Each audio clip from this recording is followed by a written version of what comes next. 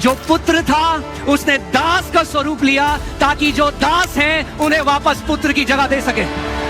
हर एक आदत बदल जाएगी, हर एक डर चला जाएगा, बात करने का तरीका बदल जाएगा, प्रार्थना करने का तरीका बदल जाएगा, चलने का तरीका बदल जाएगा, सोचने का तरीका बदल जाएगा।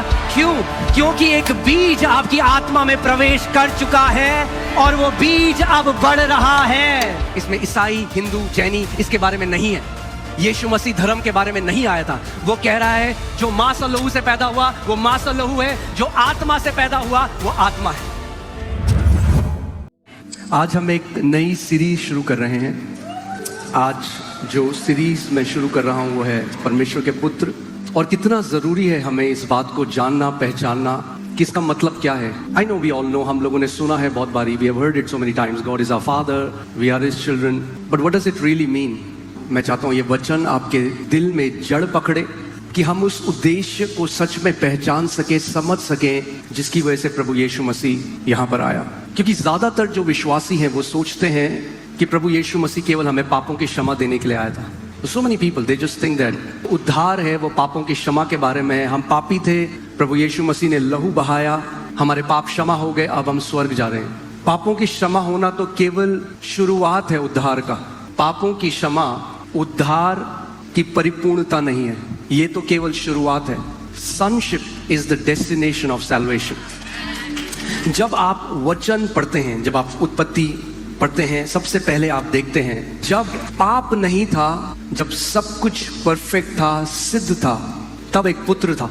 लूका 3:38 में बाइबल हमें बताती है कि आदम था, केवल एक सृष्टि नहीं था परमेश्वर की, वो एक क्या था? बोलो, पुत्र था। आदम को परमेश्वर ने क्या बनाया? पुत्र बनाया। आदम वह परमेश्वर का क्या था? पुत्र था। The son of Seth, the son of Adam, the son of God. अगर परमेश्वर की इच्छा केवल ये थी कि हम सदा उसके साथ स्वर्ग में रहें, तो आदम को वो स्वर्ग में ही बनाता। क्या जरूरत थी कि परमेश्वर ने आदम को पृथ्वी के ऊपर रखा? जब आप पुराने समय में देखें, ज्यूइश टाइम्स में भी आप देखें, एक जो पुत्र होता था या जो बच्चे होते थे, they were supposed to carry the identity of their father. तो यूजुअली जब आप देखोगे, जो किसान है उसका बेटा भी किसान होता था। इसीलिए यीशु मसीह कारपेंटर था, क्योंकि पृथ्वी पे जो यूसुफ था वो कारपेंटर था। A son was supposed to carry the profession of their father। कि जो पुत्र है वो अपने पिता की छवि को प्रकट करने वाला हो। बहुत सारे मसीह लोग हैं जो उद्धार को समझते हैं एज इन पापों की माफी, मगर बहुत कम मसीह हैं जो sonship को पूरी तरीके से समझते हैं। कई लोग सोचते हैं कि परमेश्वर हमारा पिता है, हाँ परमेश्वर हमारा पिता है, मगर इसका असली में मतलब क्या है वो हम आज देखेंगे। सो एक चीज हमने क्या देखी, जब परमेश्वर ने आदम को बनाया तो आदम को क्या बनाया था? पुत्र बनाया था। जब पुत्र बनाया था, जो शब्द सन हिब्रू में है, that is the word Ben, B-E-N। इसका मतलब परमेश्वर ने आदम को बनाकर उसको एक देह इसलिए दी और उसको इसलिए पृथ्वी के ऊपर रखा कि आदम पृथ्वी के ऊपर परमेश्वर को प्रतिनिधित्व करे या रिप्रेजेंट करे, कि वो इमेज बेयरर हो परमेश्वर का, परमेश्वर की जो छवि है उसको प्रकट करने वाला हो। पृथ्वी पर आदम क्या होना था? अपने पिता का क्या होना था? स्वरूप होना था। उत्पत्ति 1:26 हम देखेंगे। फिर परमेश्वर ने कहा हम मनुष्य को अपने स्वरूप के अनुसार अपनी समानता में बनाएं, और वे समुद्र की मछलियों और आकाश के पक्षियों और घरेलू पशुओं और सारी पृथ्वी पर और सब रेंगने वाले जंतुओं पर जो पृथ्वी पर रेंगते हैं अधिकार रखे। सो जब परमेश्वर ने आदम को बनाया तो दो चीज उसको दी। क्या दिया? अपना स्वरूप और अपनी समानता। इसका मतलब आदम हूबहू परमेश्वर की तरह फंक्शन कर सके, पृथ्वी पर कार्य कर सके। अगर आप अपनी असली पहचान को नहीं समझते तो आप बहुत निचले स्तर की जिंदगी में आप सेटल हो जाओगे। आमीन। मगर आपको परमेश्वर ने किस लिए बनाया? मानव जाति को क्या दिया जब मानव जाति को बनाया? अपना स्वरूप, अपनी समानता, so that they can walk in dominion. आदम को यह सामर्थ्य दी कि वो हर चीज को अपने पांव तले कर सकता है। ये क्या दिया आदम को? अधिकार दिया। आदम क्या था? परमेश्वर का। तो बेटों को क्या देता है परमेश्वर? अधिकार दिया। और हम जानते हैं कि आदम जो जगह परमेश्वर ने उसको दी थी उससे बहुत नीचे गिर गया। That's why we say the fall of man। क्योंकि जिस जगह परमेश्वर ने उसे रखा था, कहां रखा था जानते हैं आप? बोलो, अपने लेवल में रखा था। अपने लेवल में रखा था, वहां से क्या हो गया, गिर गया और पुत्र की जगह अब शैतान का गुलाम बन गया। मगर आदम को परमेश्वर ने क्या बनाया था, पुत्र बनाया था। But Adam messed up. उद्धार का सबसे बड़ा प्रकाशन जो है वो क्या है, पुत्रत्व है। अगर आप इसको नहीं समझते, आप बस ये बोलोगे हाँ जी हम पापी थे, हमारे पाप क्षमा हो गए। You'll hear many believers say, I'm a sinner saved by grace. That's the most messed up definition I've heard. इससे पहले आदम पापी बनता, आदम एक पुत्र था। क्या था आदम? वो पुत्र के स्वरूप से गिर गया, एक दास बन गया, अधिकार को खो दिया। आप जानते हैं जितना ये क्रिएशन है, जो जानवर हैं, परमेश्वर ने आदम को बुलाया और आदम को कहा नाम रख, जानवरों के नाम रख, चीजों के नाम रख। परमेश्वर ने नहीं रखे, आदम को बोला नाम रख। But Adam fell from that place. इसीलिए यीशु मसीह क्यों आया, वापस जो जगह आदम ने खो दी थी उस जगह को वापस आदम को देने के लिए आया। और वो जगह कौन सी थी? पुत्र को क्या दिया जाता है, अधिकार। मैंने आपको बताया अधिकार का मतलब क्या है, हर चीज पांव के नीचे कर देना। इसीलिए जब यीशु मसीह ने हमें पुत्र होने का अधिकार दिया तो हमें क्या दिया, लूका 10:19 में लिखा, देखो मैंने तुम्हें सांपों और बिच्छुओं को रौंदने का वही अधिकार जो आदम को दिया गया था, dominion. I am giving you back the dominion. किसको रौंदने का? बगीचे में किसने आदम को बरगलाया? यानी आदम चाहता तो उस सांप को रौंद सकता था, उसने उस अधिकार का इस्तेमाल नहीं किया। आदम के पास अधिकार था हर एक रेंगने वाली वस्तु के ऊपर, but he did not use his authority. इसीलिए परमेश्वर का पुत्र आया कि ताकि हमें पुत्र का स्थान दे सके, not just forgiveness of since. अगर आपको लगता है कि यीशु मसीह केवल इसलिए आया मेरा पाप क्षमा हो जाए और अब मैं स्वर्ग चल जाऊं, ये बहुत निचले स्तर का सुसमाचार है।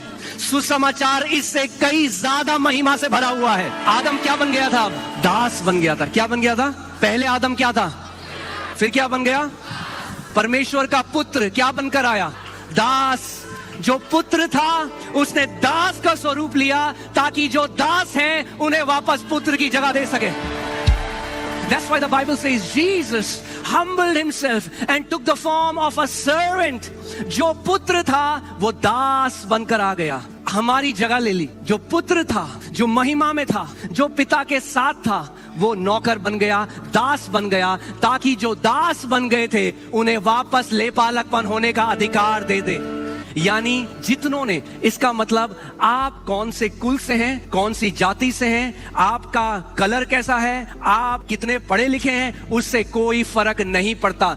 जितनों ने, यानी ये ऐसा नहीं है कि 1000 लोगों ने उसे पुकारा और केवल 2 की अरदास सुनी गई। जितनों ने, एक भी छोड़ा नहीं जाएगा। जितनों ने उसे ग्रहण किया उसने उन्हें परमेश्वर की संतान होने का क्या दिया? क्यों? क्योंकि संतान के पास क्या है?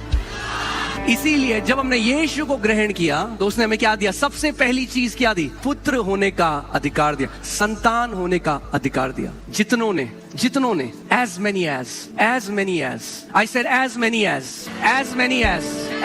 as, जितनों ने, amen। यानी आप कोई बड़ा कोई छोटा नहीं, आप कोई अछूत, कोई नीची जात, कोई बड़ी जात नहीं। जितनों ने उसे ग्रहण किया उसने उन्हें परमेश्वर की संतान होने का अधिकार दिया है।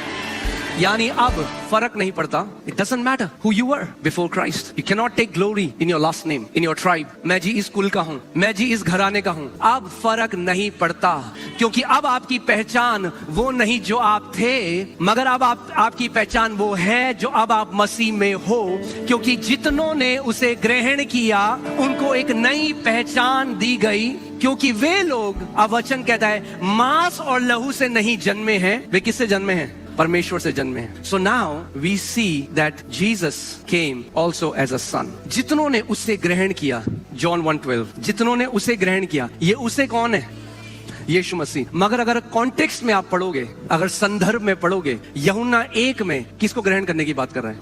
यूहन्ना 1:1 में कहता है आदि में क्या था? वचन था, वचन परमेश्वर के, वचन ही। जितनों ने उसे ग्रहण किया, किसे ग्रहण किया?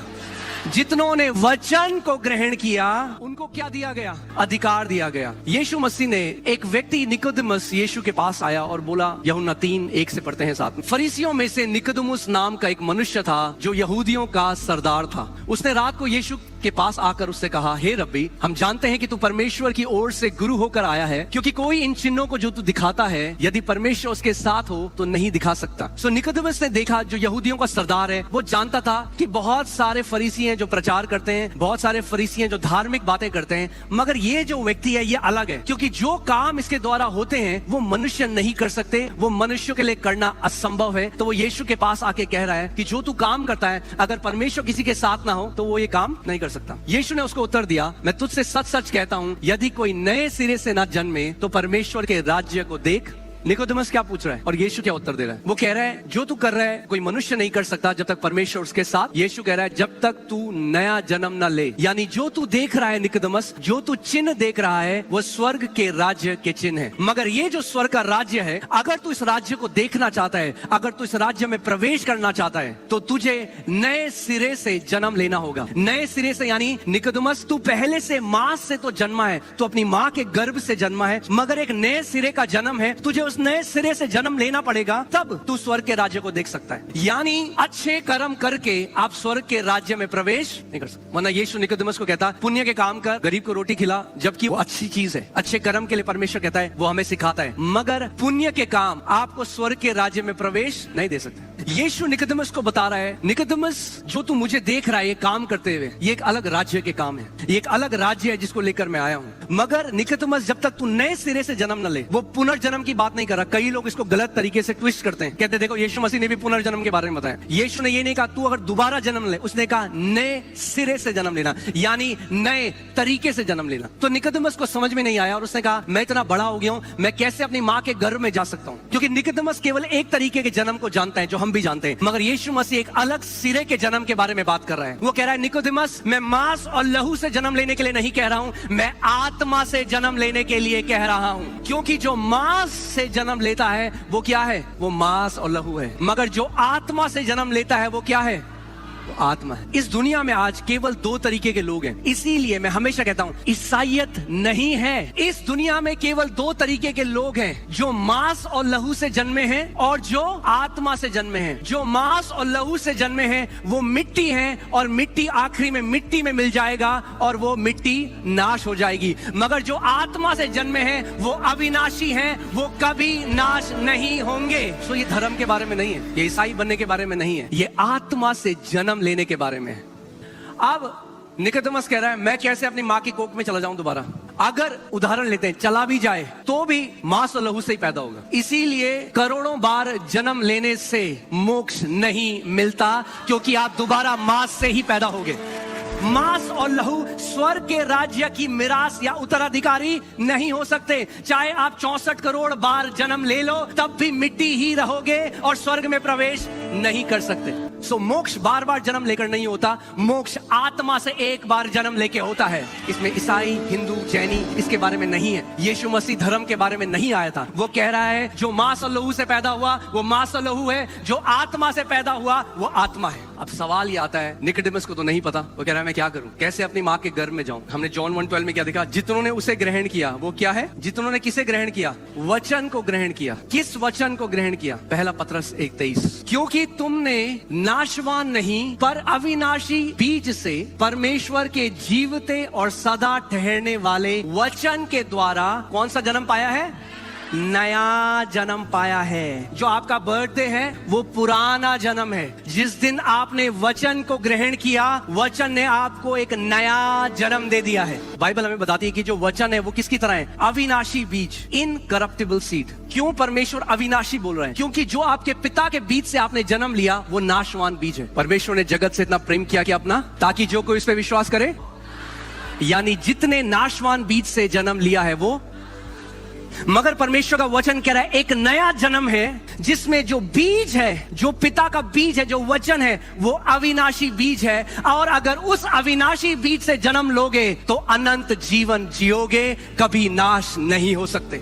जब हमने वचन को ग्रहण किया, यूहन्ना 1:4 लगाइए, इस वचन में क्या है? उसमें जीवन था। सो जब वो बीज हमारे अंदर आया, हमारी आत्मा में, तो कौन सा जीवन हमारी आत्मा में आया? परमेश्वर का जीवन आया। जैसे एक स्त्री के गर्भ में जब एक पति पत्नी एक होते हैं और वो बीज जब एक स्त्री के गर्भ में जाता है तो कौन सा जीवन जाता है? जो मनुष्य का जीवन है वो वहां अंदर जाता है। वैसे ही परमेश्वर का वचन बता रहा है कि जब हमने परमेश्वर के अविनाशी बीज को ग्रहण किया तो जो परमेश्वर का अनंत का जीवन है वो हमारी आत्मा में प्रवेश हो गया। और बीज के अंदर स्वरूप छुपा है। मेरे पीछे बोलो, बीज के अंदर स्वरूप छुपा है। किसने डाल दिया वो इंटेलिजेंस?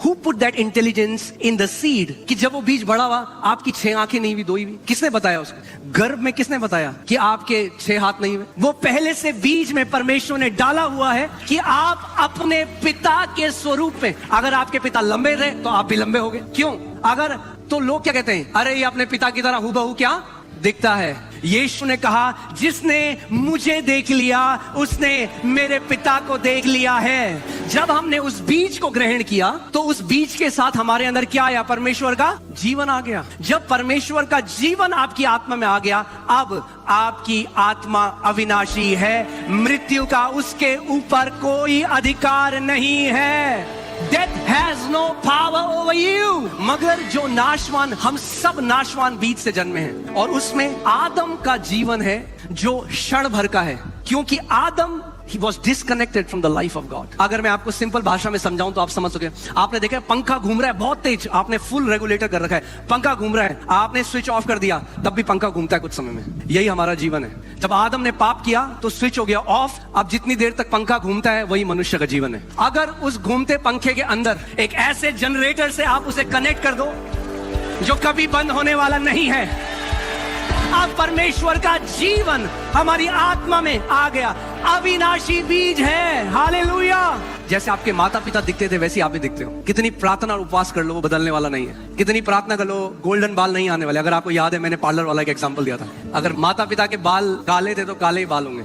अगर माता पिता की आंखें काली थी तो काली होंगी। हरी आंखें करानी है तो फिर लेंस पहनना पड़ेगा। यही धर्म है। धर्म हमें बाहर से चेंज करता है, परमेश्वर बीज को बदल देता है। इसीलिए समझो इस बात को। इट्स नॉट, ये ईसाइयत के बारे में यही तो सबसे बड़ा धोखा है जो आज लोगों ने समझ लिया है। वो उसको एक धर्म समझ लेते हैं। जितनों ने उस वचन को, अविनाशी बीज को ग्रहण किया, जितनों ने, जैनियों ने, हिंदुओं ने, गुजरातियों ने, मराठियों ने, नेपालियों ने, जितनों ने, चाहे कोई भी कुल हो, चाहे कोई भी भाषा हो, जितनों ने उस अविनाशी बीज को ग्रहण किया, उसने उन्हें परमेश्वर की संतान होने का अधिकार दिया। जिस दिन आप इस बात को समझ गए, अगर आप परमेश्वर की संतान हो तो मृत्यु का आपके ऊपर कोई अधिकार नहीं है। आपकी आत्मा में परमेश्वर का जीवन आ जाता है। और जैसे मैंने बताया, बीज के अंदर वो इनग्राफ्टेड है। वो ऑलरेडी परमेश्वर ने एक इंटेलिजेंस डाल रखा है कि जो बीज है उसमें पिता की छवि छुपी है। तो जब बच्चा बड़ा होगा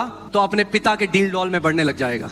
जब आप मसीह में बढ़ने लग जाते हो तो अपने पिता के डील डॉल में बढ़ने लग जाते हो।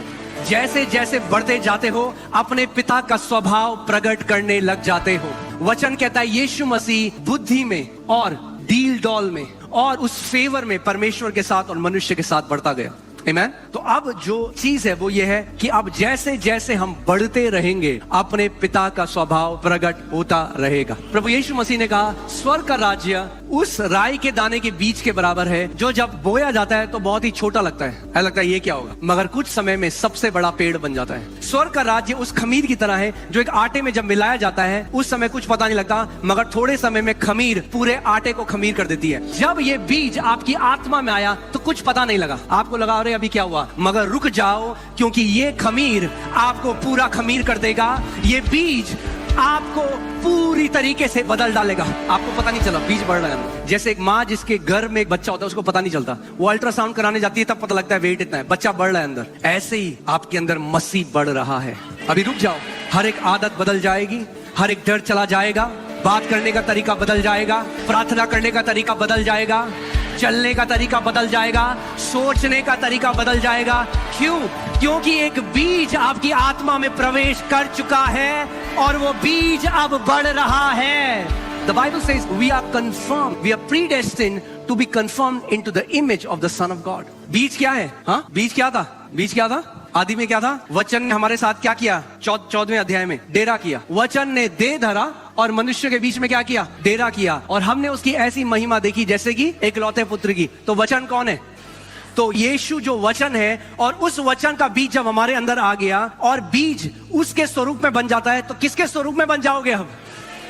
इसीलिए बाइबल कहती है अब मूसा की तरह नहीं बनोगे, दाऊद की तरह नहीं बनोगे, एलिया की तरह नहीं बनोगे, दानियल की तरह नहीं बनोगे, इवन अपोस्टल पॉल की तरह भी नहीं बनोगे। आप निर्धारित जो खांचा है, जो डीएनए है, वो उस बीज का है जो बीज वचन था और आदि में परमेश्वर के साथ था। इसीलिए जो मंजिल है वो स्वर्ग नहीं है। लोग बोलेंगे ये क्या हो गया? मंजिल स्वर्ग नहीं है, मंजिल प्रभु यीशु मसीह की तरह हूबहू बन जाना है।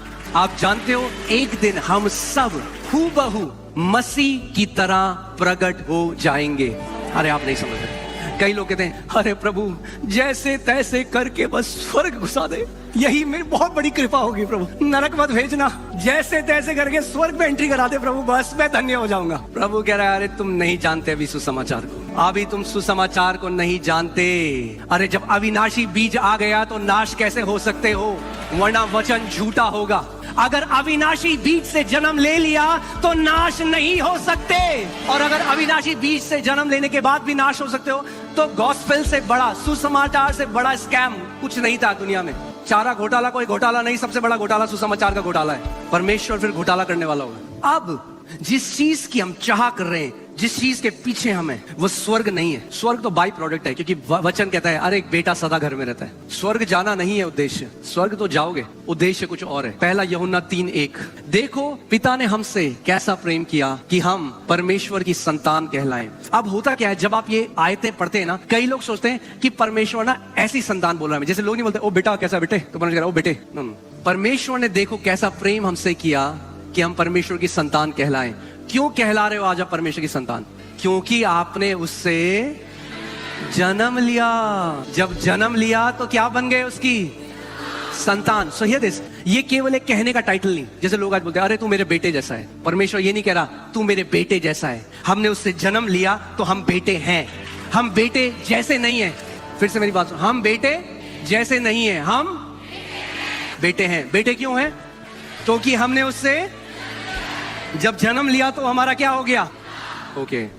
आपने देखा है जब कोई पावरफुल आदमी का बेटा होता है, एक बोल्डनेस, एक कॉन्फिडेंस होती है उनके अंदर। हाँ, यूजुअली आप देखोगे वो क्या बोलते हैं, तू जानता नहीं कि मेरा एक हियाव आ जाता है, क्योंकि वो जानते हैं उनका बाप कौन है। अब ये समय आ गया है कि मसीह लोग जान ले कि उनका बाप कौन है। आमीन। जब दुष्ट आत्माएं आए, जब शैतान आए, जब परीक्षाएं आए, जब बीमारियां आए, जब मुश्किल समय आए, तो बोलो तू जानता नहीं मेरा। हालेलुया। यीशु जानता था उसका बाप कौन है। अब समय है कि मसीह लोग जान ले कि उनका बाप कौन है। Amen? When you know who's your father, it is going to give you a boldness. तो बोले भैया हमें नहीं पता मरने के बाद क्या होगा, यीशु मसीह हमें ग्रहण करेगा या नहीं करेगा। ये उन बच्चों के बारे में है जो अपने बाप को नहीं जानते। ये उन मसीहों के लिए है जो अनाथों की तरह जी रहे हैं आज, क्योंकि नहीं जानते उनका पिता कौन है। कैसा प्रेम परमेश्वर ने हमसे किया कि हम क्या कहलाएं, और हम बनेंगे नहीं, हम हैं, अभी हैं। अगर हम उसकी संतान है तो वो क्या है हमारा? मानते हो इस बात को? तो फिर गिड़गिड़ाना छोड़ दोगे। किसी बच्चे को अपने माँ बाप को कन्विंस नहीं करना पड़ता कि माँ बाप उसके लिए भलाई करें। आपको कन्विंस करने की जरूरत नहीं। लोग क्या सोचते हैं, घुटने पे आके 40 दिन उपवास करूंगा तो परमेश्वर को मना लूंगा मेरे लिए भलाई करने के लिए। अरे नौकर नहीं हो, बेटे हो, संतान हो उसकी। इस कारण संसार हमें नहीं जानता, क्योंकि उसने उससे भी नहीं जाना। संसार अभी हमें क्या जानता है? ये क्या है? ईसाई हैं, राइस बैग कन्वर्ट, पैसा मिला है इनको, नहीं जानते हम कौन है, परमेश्वर की। मगर संसार हमें अभी नहीं जानता। अरे मगर आप तो जानो आप कौन हो। मगर दिक्कत ये है कई संतान भी नहीं जानते वो कौन है। संसार अभी हमें नहीं जानता। संसार सोचता है हम भी एक धर्म में है जिसका नाम ईसाईयत है, क्रिश्चियनिटी। अच्छा तो तुम फॉर्म में क्या भरते हो? अब संसार में फॉर्म है तो क्या भरेंगे हम? आप जानते हैं संसार हमें क्यों नहीं जानता? क्योंकि उसने उसे भी नहीं जाना। अब कोई लड़का है, वो कोई व्यक्ति है, बोले तू जानता है मेरा बाप ही है, अरे मैं तो नहीं जानता भाई। तो जब पिता को नहीं जानते तो उसकी संतान को भी नहीं जानते। मगर समय आ रहा है, थोड़ा इंतजार करो, मुझे बड़ा दुख हुआ, मैं थोड़ा आपके साथ हार्ट शेयर करता हूँ। किसी ने डॉक्यूमेंट्री बनाई तो कुछ मसीह लोग होंगे, उनसे पूछ रहे हैं क्यों आप यीशु को मान रहे हो? कह रहे जी हमारे बच्चे जो है ना वो स्कूल में उनका एडमिशन होता है। इससे ज्यादा दुखद बात नहीं हो सकती, क्योंकि वो नहीं जानते कि सुसमाचार क्या है। हम परमेश्वर की संतान हैं, मगर संसार अभी हमें नहीं जानता, क्योंकि उसने उसे भी नहीं जाना। अगर मैं आप सबको एक बात कहूं अभी, आपको कैसा लगेगा? आप सब जितने सच में आत्मा से जन्मे हो, जिन्होंने उस वचन को ग्रहण किया, प्रभु यीशु मसीह को ग्रहण किया, वीजा वालों की गारंटी तो नहीं है, मगर अगर यीशु के लिए यीशु के पास आए हो, अगर यीशु को ग्रहण किया है, तो ध्यान से मेरी बात सुनना, जितने लोग हो सब के सब यीशु की तरह प्रकट होने वाले हो। ये सुसमाचार है, दाऊद की तरह नहीं, मूसा की तरह नहीं, एलिया की तरह नहीं, किसकी तरह? यीशु की तरह। हे प्रियो, अब हम परमेश्वर की क्या हैं? अब हम अभी हम क्या हैं? परमेश्वर संतान है। मगर ध्यान से एक बात समझना, हम परमेश्वर की संतान तो हैं, मगर संसार हमें, तो संसार को मनाने की कोशिश मत करो, क्योंकि वो नहीं पहचानेगा आप कौन हो। वो फालतू की बात करेंगे आपसे, कितना पैसा मिला, क्या मिलता है, ईसाई बन गए, अपना धर्म छोड़ दिया। बोला अपना नहीं, सारे धर्म छोड़ दिए। कई लोग हमारे पर आरोप लगाते, तुम ईसाई बनाते हो। हम कह रहे नहीं, हम तो ईसाइयों में से ईसाइयत को बाहर निकालते हैं। हम ईसाइयों को कन्वर्ट करके परमेश्वर के पुत्र बनाते हैं। अब हम परमेश्वर की संतान हैं, और अभी तक ये प्रकट नहीं हुआ कि हम क्या कुछ होंगे। ओ हालेलुया, अभी तो परमेश्वर की संतान हो, मगर समय आता है जब कुछ बन के प्रकट होने वाले हो। अभी परमेश्वर ने उसको रिवील किया, आपको आइडिया ही नहीं है, रिवील नहीं किया। एक प्रकटीकरण है जो अभी हम नहीं जानते कि हम क्या होंगे। कई लोग सोचते हैं हम स्वर्ग, तो बस स्वर्ग में ही रुक गए। अरे इतना जानते हैं, अभी ये नहीं जानते क्या होंगे। आप नहीं जानते, यूहन्ना जो एक प्रेरित है, जो लिख रहा है, जो यीशु, वो भी नहीं जानता, वो कह रहा अभी प्रकट नहीं हुआ कि हम क्या होंगे। मगर इतना जानते हैं कि जब वह प्रकट होगा तो हम उसके समान होंगे। Hallelujah. Will not be little like him, we will be exactly like him. हम हूबहू उसके समान होंगे। क्यों उसके समान होंगे? क्योंकि उस बीज से जन्म लिया है। And a seed produces of its own kind. एक बीज, एक आम का जो बीज, आप अगर आम बोगे तो कभी अमरूद का पेड़ नहीं लगेगा। लगेगा? आम बोगे तो क्या लगेगा? आम ही लगेगा। और आम में भी जिस अल्फोंसो आम लगाओगे तो दशहरी नहीं आएगा। आम में भी वही आएगा जो उसकी वैरायटी है। जिस परमेश्वर के पुत्र से हमने जन्म लिया, हम एग्जैक्टली उसकी तरह हो जाएंगे। So what is the destination? It's not heaven, it's to be exactly becoming like Jesus. Amen? So मंजिल स्वर्ग नहीं, अब परमेश्वर के पुत्र की तरह प्रकट होना है। वचन बताता है कि यीशु जब पहाड़ के ऊपर गया, in the mount of transfiguration, वहां पे उसका चेहरा सूरजों की तरह चमकने लगा। जैसे बिल्कुल दिन दोपहरी में सूरज चमकता है, वैसे यीशु का चेहरा चमकने लगा। तो आप बोलोगे हाँ वो तो यीशु मसीह है। मैं कह रहा हूं हाँ, मगर उस बीज से आपने और मैंने जन्म लिया है।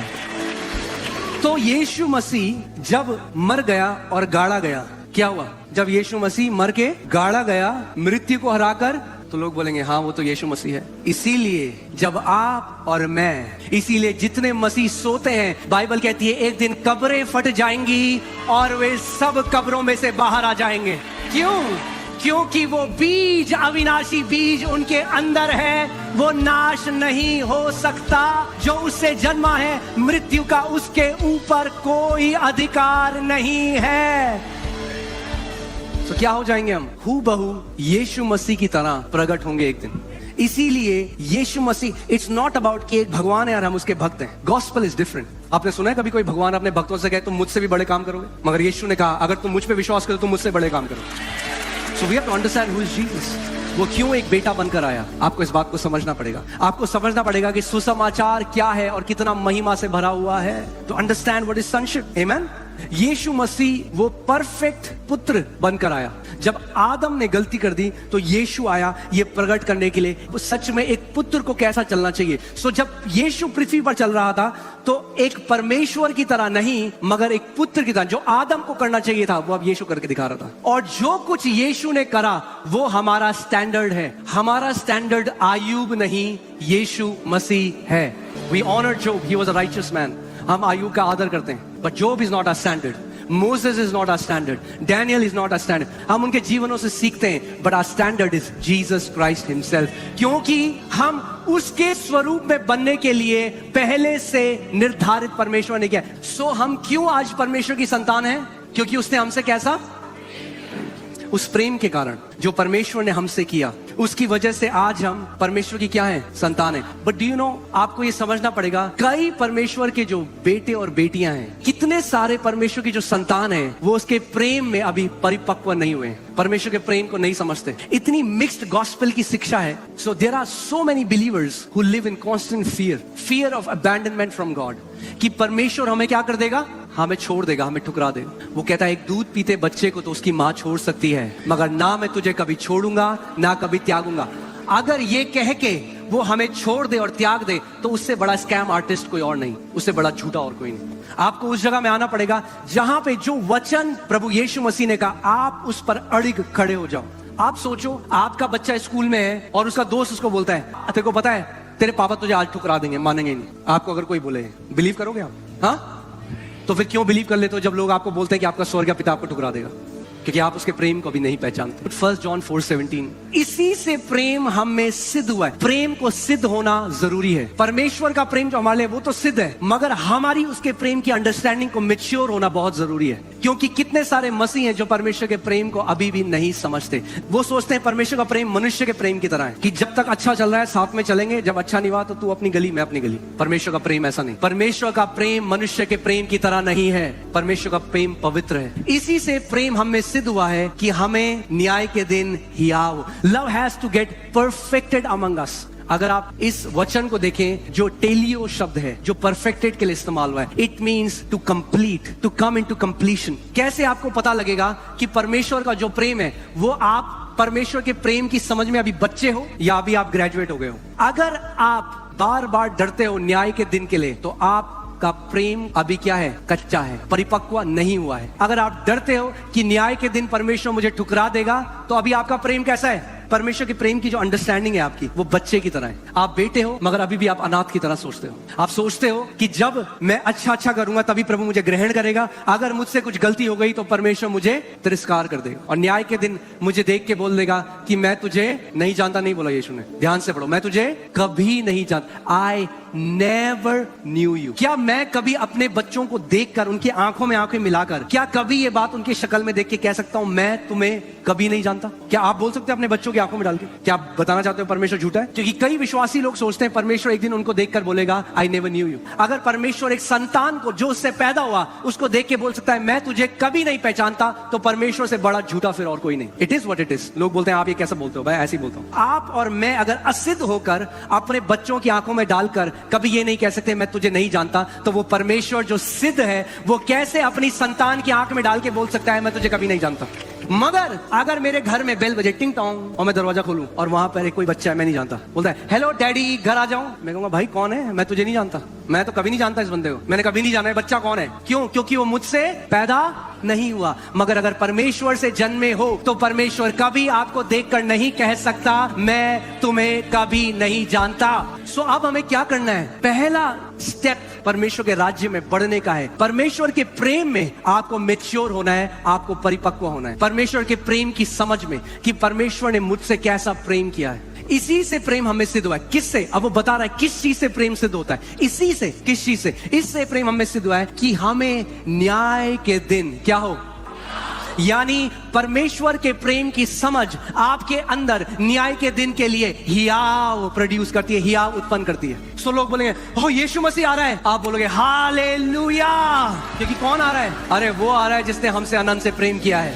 आपको लगता नहीं एक स्किज़ोफ्रेनिया है कलीसिया में? हाँ, भूल भुलैया की बीमारी। वो कहते हैं पूरे दिन गाते हैं यीशु मसीह तेरे जैसा है कोई नहीं, फिर बोलते हैं यीशु मसीह आ रहा है, कहते नहीं। आप मेरे घर आए और मैंने फोन किया अपने बच्चों को मैं आ रहा हूं आधे घंटे में, और वो डर गए, सोफे के बीच छुप रहे, हाय पापा रे बिस्तर के नीचे जा रहे हैं, तो आपको लगेगा बड़ा ही खराब बाप है। ऐसे ही क्योंकि कई मसीहों की अंडरस्टैंडिंग समझ पिता को खराब है, इसीलिए जब वो ये समाचार सुनते हैं यीशु आने वाला है तो डर जाते हैं। अरे आपको तो डांस करना चाहिए। क्योंकि अभी संसार नहीं जानता कि हम कौन हैं, मगर जब वो प्रकट होगा तो हम हूबहू उसकी तरह हो जाएंगे। Hallelujah. You will be so excited that Jesus is coming because that will be the fulfillment of your salvation. Amen. कि हमें न्याय के दिन क्या हो? हियाव हो न्याय के दिन। क्यों हियाव हो न्याय के दिन? क्योंकि तुम अपने आप को क्या समझते हो? कौन हो तुम? जैसा वह है वैसे ही संसार में हम भी हैं। आपके बाइबल में लिखा है वो कौन है? वो परमेश्वर का पुत्र है। हम कौन है? जैसा वो है वैसे ही हम भी हैं। पिता से उसने अपनी उस पहचान को पाया, इससे नहीं कि दुनिया उसके लिए क्या बोलती थी। बाइबल कहती है अभी हम क्या हैं? उसके बच्चे हैं। बच्चे जब पुत्र होंगे तो मजा आएगा। पहले आपको उसके प्रेम में परिपक्व होना है। The love has to be perfected among you. John 5:24। मैं तुमसे सच सच कहता हूं। ये कौन कह रहा है? इसका मतलब you can bet your life on it. अगर यीशु ये बात कह रहा है तो इस सत्य के ऊपर आप खड़े हो सकते हो 100%। आप ध्यान से सुनो। जो मेरा वचन सुनकर मेरे भेजने वाले की प्रतीति करता है, अनंत जीवन उसका है, अभी है। इंग्लिश में he has, that means it's in his possession. और उस पर ओ मगर आपको नहीं पता प्रभु यीशु मसीह आखिरी में क्या करेगा? उस पर अगर अनंत जीवन और दंड साथ में नहीं चलता, तुम में अगर अनंत जीवन है तो तुम पर दंड की आज्ञा नहीं है। But the problem is, हम विदेशों से जो शिक्षाएं आती हैं उनको वचन से ऊपर रखते हैं, मगर यीशु आखिरी में हमें देख के कह देगा मैं तुम्हें कभी नहीं पहचानता। अरे क्या बकवास है, क्योंकि हमने उस वचन को समझा नहीं। We have not understood that parable in the right context। एक दृष्टांत से सत्य कोई भी मरोड़ सकता है बहुत आसानी से, क्योंकि वो कहानी बता रहा है यीशु मसीह। यहाँ पे वो सच सच तुमसे कह रहा है, मैं तुमसे सच सच कहता हूं, जो मेरा वचन सुनकर मेरे भेजने वाले की प्रतीति करता है, अनंत जीवन उसका है, और जिसका अनंत जीवन है उस पर दंड की आज्ञा। और बढ़िया होगा आगे, वह मृत्यु से पार होकर जीवन में प्रवेश कर चुका है। Hallelujah, glory. क्यों वो जीवन में प्रवेश कर चुका है? क्योंकि अनंत वो बीज, अविनाशी बीज उसके अंदर अब समा चुका है। बोलो मेरे ऊपर दंड की कोई आज्ञा नहीं है। मैं मृत्यु से पार होकर जीवन में प्रवेश कर चुका हूं। हालेलुया, मृत्यु से पार हो चुके हो। अब जिस दिन इस शरीर में आंखें बंद करोगे, यीशु के सामने खड़े होगे। अब नहीं तराजू में तोलेगा आपको। पुराने नियम में मृत्यु पार हो गई कुछ समय के लिए, नए नियम में आप मृत्यु के पार होके जीवन में प्रवेश कर गए। अब परमेश्वर के पुत्रों में मृत्यु का कोई अधिकार नहीं है।